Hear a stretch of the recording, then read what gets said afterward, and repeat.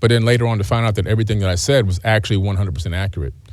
And this was verified through actual academics that really got pissed off at what he had been doing and saying he was a PhD. He's not a PhD. He even told Joe Rogan he was a PhD. He's not a PhD. He's studying to try to get a PhD, but he's got many years to go. What's going on, everybody? It's your boy, Description Plug.Albert, and today I'm coming at y'all with another fire reaction, and this time I'm reacting to Billy Carson.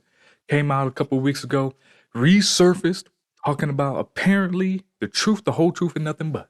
He's all right now, he's healed up, and he's sharing how Wes Huff is completely wrong for what it was that he talked about in the debate that they had a couple months back. Let's get into it. Let's see what this brother talking about. Is he telling the truth, or can we see that he's still lying?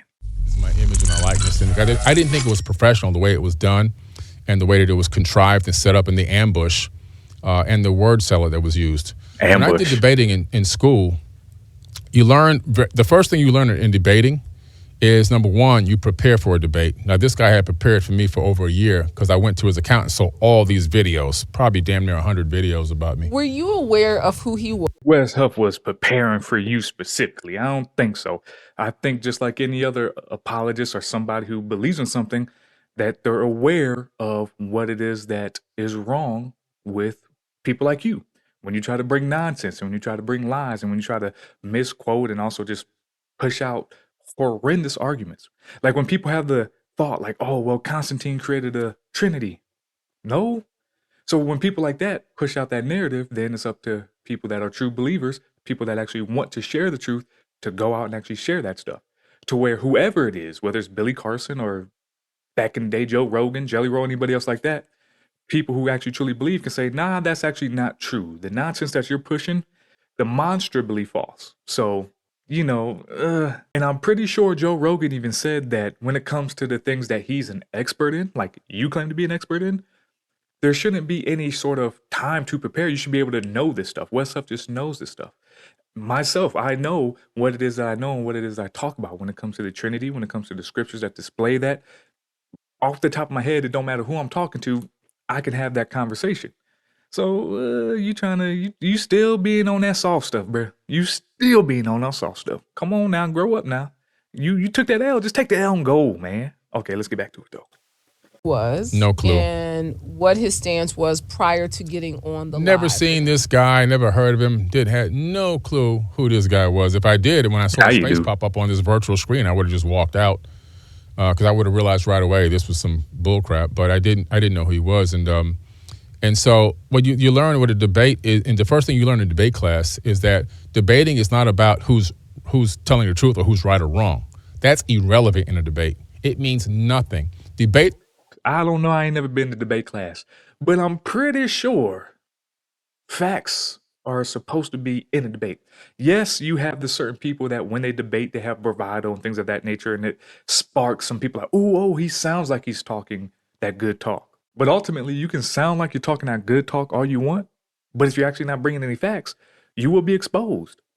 Hello, you talked all that good stuff when it was you and the camera and whoever you was talking to that didn't know any better. But then when you went up against somebody who knew a little bit more than you, who actually knew the truth, you got exposed. But now you sitting over here talking about some whoever shares the truth doesn't win. Well, he shared the truth and he just out debated you, made you look like you didn't know what you talking about, what you didn't. So, I mean, that's kind of weird that you talking about some debating really don't matter about the truth. Yes, it does. And very much so does. Debates are not about who's right and wrong. This is where people's misconception about what debating is all about. Debating is all about who can win an argument. That too, but... And so in that particular case, he actually won he appeared to have won the argument. No, he won the argument because he stood his ground in a way that made it seem like I was uncertain of myself. And I did become uncertain of myself. You was on shaky ground, my guy. You was on shaky. You was out there. Ooh. Again, you said you was sick. You was dying on your deathbed. You might not have said you were dying, but you know you was very sick. So that could have played a part. But, brother, you was second guessing, third guessing, fourth guessing yourself. And ain't really know what you're doing. And again, you shouldn't have wanted to say, okay, yeah, I'll talk to whoever. Shouldn't have did that.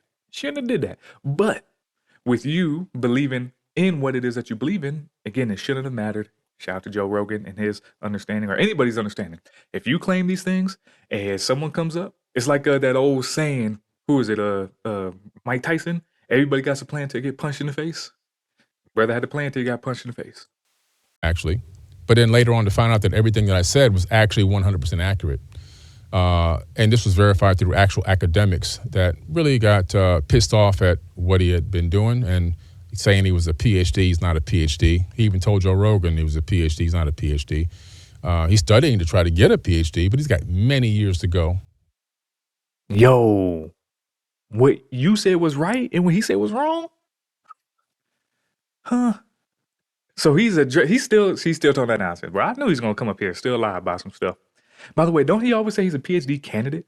I don't think he's ever claimed to actually be something. I think he's always been saying, or anytime that I've ever seen him introduced anyway, it's always been PhD candidate. So that's kind of weird. But the fact that you just said, oh man, you was. And then I want to know about the academics you're talking about. I want to know about the people that are apparently, the people that got mad at him for the conversation he had with you. That's what I want to know about, because that is, oof. Who's to say he'll ever even get it? Well, there were a few moments in watching this, and we're not going to delve into this the entire interview. Yeah. So we know this, but there were a few moments in the debate where some of the texts that you made mention of were discredited as though those were forged texts, known forged texts. Yeah. So let's talk about that.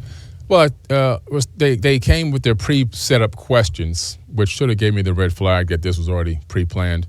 And they wanted to pick apart things that I had said about the Sinai Bible, the Codex Sinaiticus. It was wrong. And where there's no apparent crucifixion. Now, it doesn't mean that I don't believe that Jesus was or wasn't crucified.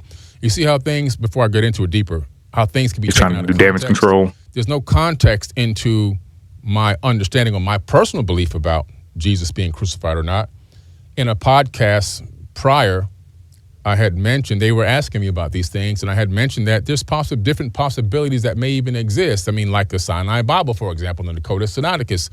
It's quite possible that Jesus was never crucified because this text is 14,400 mistranslations or different versions of the translation. You see what he's doing right now? You see what he's doing right now? He's trying to muddy the waters. He's trying to poison the well and, again, do damage control.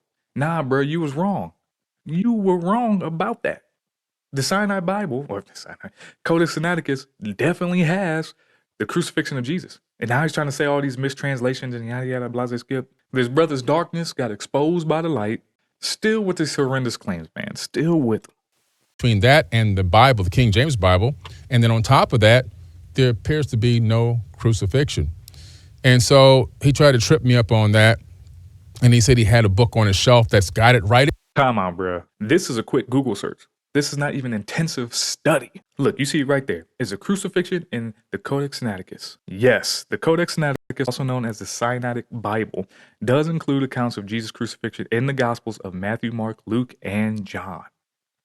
Bruh, so you had all this time, talked all this stuff, and you're still wrong, bruh.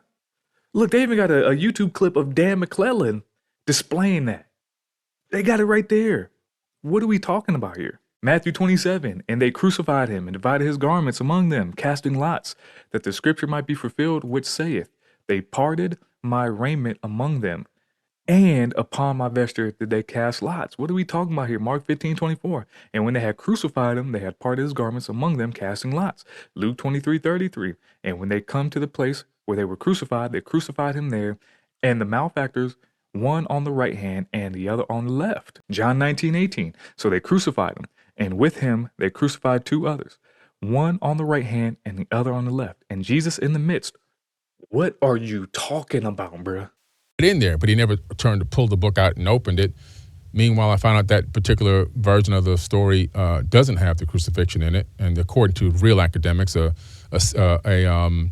doctor and also a PhD, real academics who name them. Who told you this lie? Because again, you can go ahead on. We just did a quick little Google search. Bam, did it, done. I don't even like Dan McClellan, and Dan McClellan even had a clip to prove that this isn't true.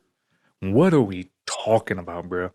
Are we this has to be they must have kept this in the vault.